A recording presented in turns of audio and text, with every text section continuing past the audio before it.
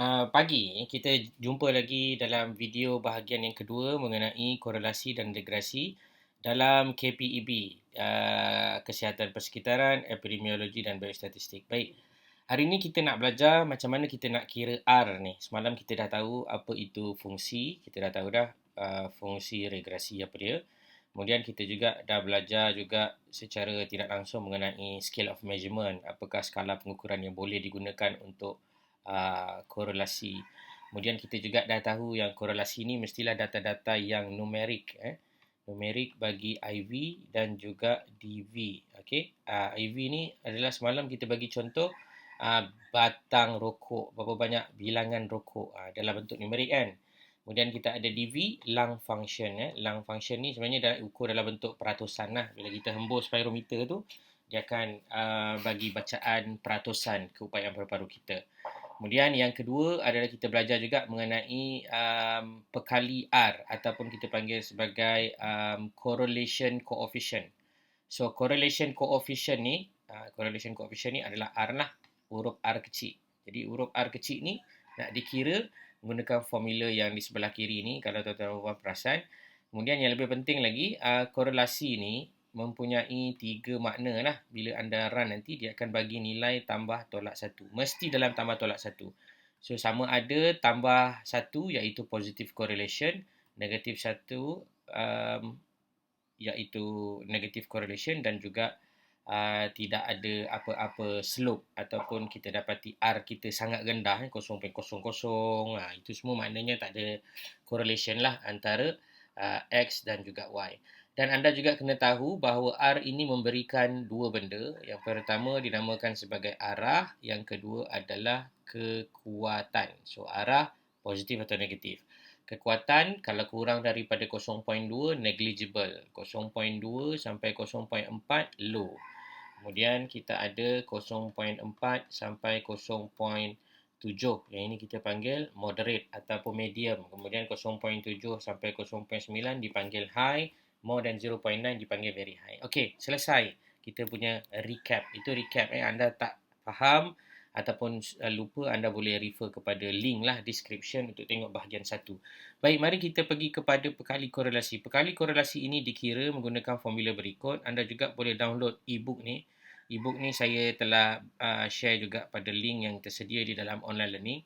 So the basis of the calculation will be as follows, iaitu pengiraan dia R sama dengan N sigma XY tolak sigma X dan juga sigma Y. Okey, ini dia punya cara kira lah secara umum bagi bahagian atas. Kemudian kita akan buat pembahagian bahagi dengan yang berikut. Memang panjang sigma N darabkan dengan sigma X kuasa 2 tolak sigma X yang dikuasa 2kan kalikan dengan N darabkan dengan sigma Y kuasa 2 tolak dengan sigma Y yang dikuasa 2kan. So selepas anda kira ni nanti anda akan dapat nilai lah dalam julat tambah tolak 1. Kira-kira dapat 4, salah lah sebab dia tak boleh lebih daripada 1 ataupun tak boleh lebih daripada negatif 1. Kalau kita ada negatif 1 kat sini, kosong kat tengah dan kita ada 1 kat sini. Dia tak boleh lebih daripada ni. Lebih daripada ni bukan pekali korelasi namanya. Dinamakan sebagai pekali korelasi yang salah kiranya. Alright, selepas tuan-tuan dan puan dah boleh nampak lah cara formula ini berguna, jadi kita akan belajar nak kira. Mari kita try kira lah. Kita try buat yang simple-simple je.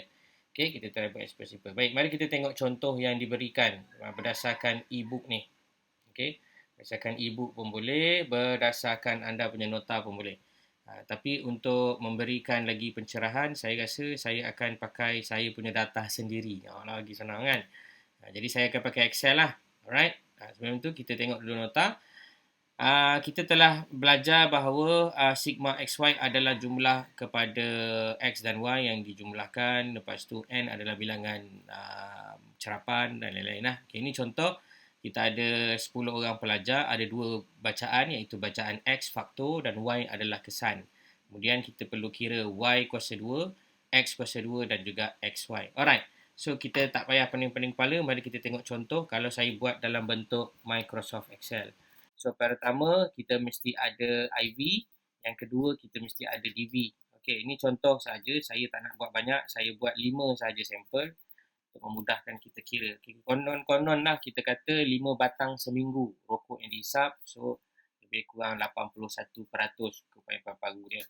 Okey, 10 batang seminggu. Okey, konon-konon kurang sikit 78. Ini contoh. Kemudian 17 dalam lebih kurang 75. Kemudian kita katakan seorang lagi 11 lebih kurang dalam 82 misalnya kata.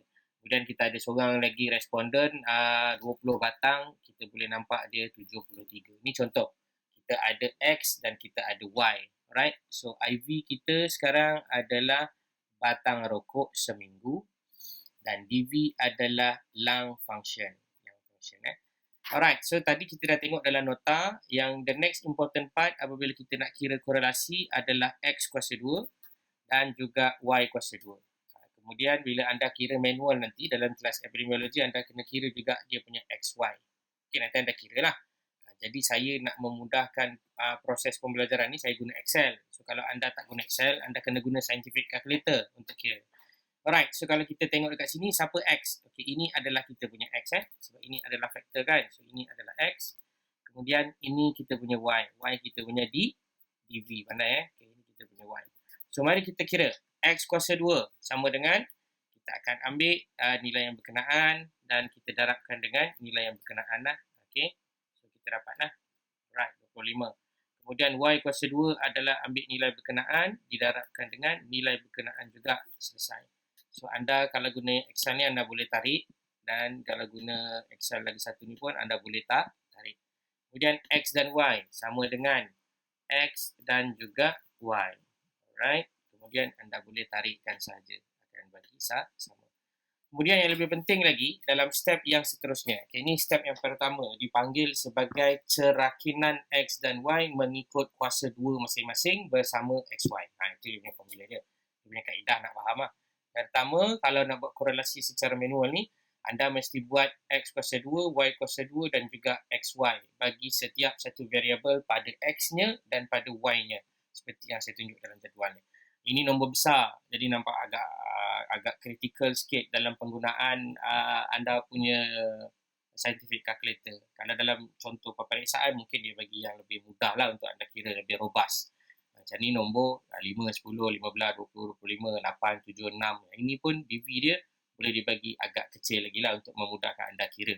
Apa-apa pun kena ingat, dapat je data, tabulate X dengan Y, terus kira X kuasa 2, Y kuasa 2 dan juga XY. Itu step yang pertama.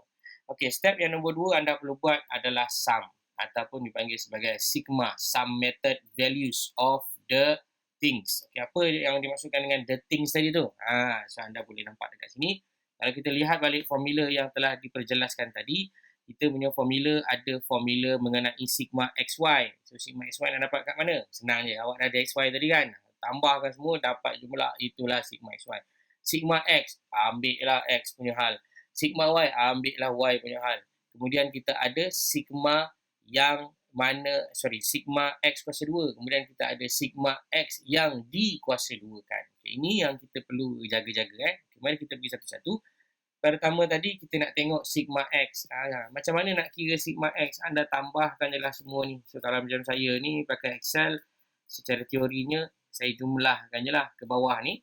Kemudian yang ini pun sama juga. Saya akan ambil dan saya jumlahkan ke bawah sahaja. Sama juga yang ini adalah dipanggil sebagai sigma X kuasa 2. Ambil sigma X kuasa 2 ni. Kemudian kita ada sigma Y kuasa 2. Pun sama. Kita sumkan juga. Okay. Kemudian yang seterusnya adalah kita mengesamkan ataupun mencari sum untuk XY. Okay. Ini semua yang dikehendaki seperti mana dalam formula. Alright. Setelah selesai, jika tuan-tuan dan puan perasan, kita ada X, kita ada Y, kita ada XY, kita ada X kuasa 2, kita ada Y kuasa 2. So, last kali kita akan mula memasukkan data-data ini ke dalam kita punya equation. Okey, mari kita tengok macam mana equation kita ni akan berfungsi. Okey. Perlu diingat sigma X yang dikuasa 2 kan sama juga dengan sigma Y yang dikuasa 2 kan ini. Macam mana tuan-tuan dan puan-puan nak faham? Dia adalah jumlah X. Okay, kalau kita tengok dekat contoh ni, jumlah X dia adalah 21. So, kita akan sigma X yang dikuasa 2kan. Maknanya, dia akan jadi begini. Dia akan jadi begini. Okay, sigma X yang dikuasa 2kan ni bermaksud anda tengok sigma X berapa. So, kalau contoh dalam nota ni, sigma X dia 21. So, ambil 21 ni, kuasakan 2. Dia berbeza dengan sigma X kuasa 2. Ini berbeza. Sebab yang ini adalah jumlah semua X kuasa 2 yang telah di X kuasa 2kan. Baik. Kemudian apa yang tuan-tuan dan puan perlu lakukan setelah kita ada semua value-value tadi, maka tuan-tuan dan puan boleh bersiap sedia untuk masukkan dalam formula. Okey. Mari kita lihat formula dia. Saya dah lupa dah formula dia sebab formula dia agak complicated. Tapi jangan risau sebab dalam peperiksaan memang diberi formula ni. So anda tak perlu risau, tak perlu hafal. Sigma XY tolak sigma X kalikan dengan sigma Y. Kemudian kita akan ada punca kuasa dekat sini. Kita akan ada pendaraban dua bahan. N kalikan dengan sigma X kuasa 2 minus sigma X yang dikuasa 2kan. Okay, ini perlu didarabkan dengan lagi satu. N kalikan dengan sigma Y kuasa 2 tolak dengan sigma Y yang dikuasa 2kan. Okey, ini dia punya kaedah je lah. Okey, maafkan saya dekat sini.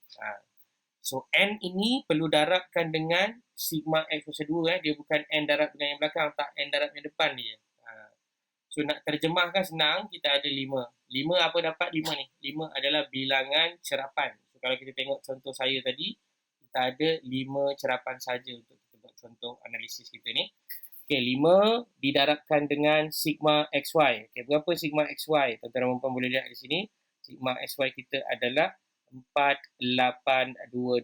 Kemudian kita perlu tolakkan dengan sigma X darabkan dengan sigma Y. Mana sigma X? Yang ini dipanggil sebagai sigma X, jumlah X. Jumlah X adalah 63 dan juga jumlah Y. Jumlah Y adalah 389. Okey, ini yang belah atas. So, kita settlekan dulu yang belah atas ni boleh? Okey. So, macam mana nak buat? Sama dengan 5 darabkan dengan 4822. Ini yang untuk sebelah sini. Kemudian yang untuk sebelah sana pula. Sama dengan 63 darabkan dengan berapa? 389. Okey. Kemudian anda perlu cari beza. Sama dengan nilai yang berkenaan depan tolakkan dengan nilai belakang, kita akan dapat negatif. So, ada possibility ini adalah negative correlation. Nampak? Itu sebab perlu kira satu-satu biar lambat asal selamat. Kemudian yang kedua, jangan lupa kita ada punca kuasa. Kita ada punca kuasa. Tapi kita buat satu-satu dulu. Dia punya formula senang je sebenarnya. E ni adalah sigma. N darab dengan sigma N darabkan dengan sigma X kuasa 2. Kemudian kita perlu tolakkan dengan sigma X yang dikuasa 2kan. Baik, yang ini apa nak buat? Sama dengan 5 darabkan dengan sigma X. Mana sigma X? Ni, sigma X kuasa 2. 5 darabkan dengan benda ni. So, kita dapatlah nilai yang berkenaan ni. N darabkan dengan sigma X kuasa 2. Kemudian kita ada lagi satu kita perlu selesaikan, namanya X sigma X yang dikuasa 2kan. Itu bermaksud sama dengan ni, jumlah X yang dikuasa 2kan. Kita akan buat kuasa 2 pun boleh juga. Ataupun darab nilai yang sama. No problem. Kemudian tuan-tuan dan puan perlu cari apa? Beza. Sama dengan nilai yang berkenaan di maafkan saya. Okey, sama dengan nilai yang berkenaan tolakkan dengan nilai ini. So, kita dapatlah 706. Ini yang pertama. 706. Kemudian yang kedua adalah yang bagi Y pula, iaitu N darabkan dengan sigma Y kuasa 2. Tolakkan dengan sigma Y yang dikuasa 2kan. Okay, so macam mana nak buat? Kita buat satu-satu, ingat. Sama dengan 5 darabkan dengan sigma Y kuasa 2. Ni sigma Y kuasa 2 ni. So dapat nilai dia. Kemudian kita buat yang belah belakang pula. Ni belah belakang ni. So kita akan dapat sama dengan sigma Y yang ini yang dikuasa 2kan. So yang ini kuasa 2kan. Kita dapatlah jumlah yang berkenaan sama dengan nilai ni kita perlu tolakkan. Kita perlu tolakkan dengan nilai yang berikutnya. So, kalau kita pecahkan kat sini 706 didarabkan nanti dengan 294. Ingat 44 ni saya telah letakkan tadi. Ini saya letaklah A dengan B supaya anda boleh buat ulang kaji. Ini adalah bahagian A. Ini adalah bahagian B. Yang ini adalah bahagian molar. Mula ni yang mana yang ni? Yang atas. Buat macam ni. Pelan-pelan je. Tak ada masalah. Kemudian anda boleh mula memasukkan anda punya equation lah dengan baik. So, sekarang ni A dengan B ni kita perlu dah darabkan. So kita akan buat AB sama dengan nilai yang berkenaan. Okay, nilai yang berkenaan. Maafkan saya, nilai yang berkenaan. Didarabkan dengan nilai yang lagi satu. So, kita dapatlah 207,564. Yang ini perlu cari square root, punca kuasa. So SQRT. Kita akan cakap dengan komputer SQRT this number. Kita akan dapat 455. So the next step yang tuan-tuan dan puan perlu lakukan adalah kita perlu bahagikan yang atas dengan yang bawah. Sama dengan nilai yang ini 397 bagikan dengan 455. So kita dapat negatif 0.8713993. Inilah kita punya R ataupun perkali korelasi, correlation coefficient. Untuk kita menentu sahkan dan kita cek balik correlation coefficient kita ni, boleh sebenarnya kalau kita nak pakai secara robust menggunakan Excel dengan hanya tekan sama dengan kita buat core ni. Core maksudnya correlation lah, correlation between this number. Okey, kita boleh tekan enter. Okey, maafkan saya, mungkin tak nampak kat sini. Area 1. Okay, area 1, area 2. Okay, kita boleh tekan enter. Dapat 0.871393. Ini perkali R yang menentukan arah dan kekuatan. So, apa yang tuan-tuan dapat simpulkan di sini? Kita dapat simpulkan bahawa R kita sama dengan negatif 0.8713, iaitu negatif correlation. Maknanya perkaitan secara songsang.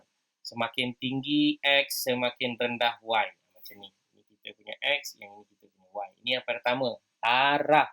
Yang kedua adalah apabila kita talk about kekuatan tadi. Kekuatan. So, kalau kita tengok nilainya adalah 0.87.